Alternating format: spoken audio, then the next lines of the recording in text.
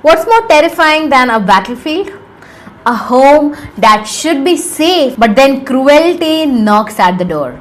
Act 4, Scene 2 is where Macbeth's evil stops being secret planning and becomes open, shocking violence against the innocent. So the scene begins in Macduff's home, but instead of warmth, there is fear and anger.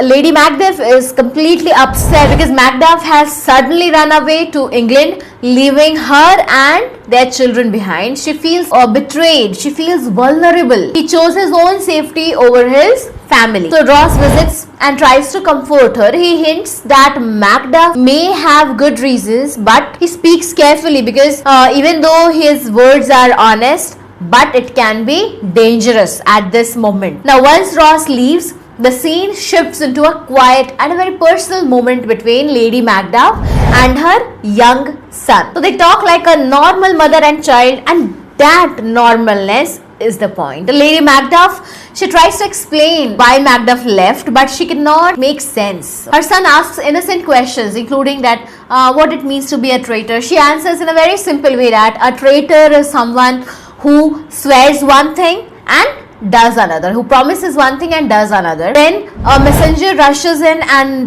he tells Lady Macduff to escape immediately because danger is coming. Now Lady Macduff is very much stunned. She's not at all prepared to run up because she feels that she has not done anything wrong. She's not plotting. She's not fighting. She's not even involved in politics. She's simply a mother at home. But that's the horror of the moment.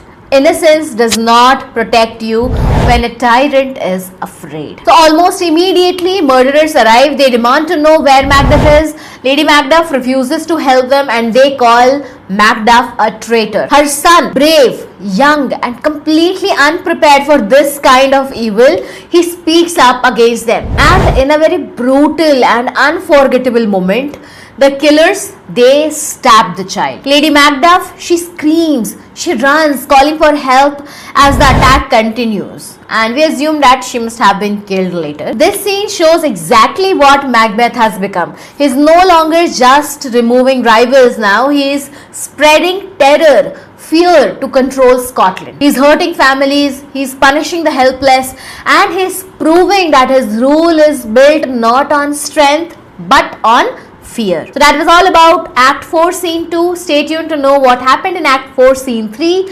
Like, share and subscribe to the channel Beauty of Language for more updates.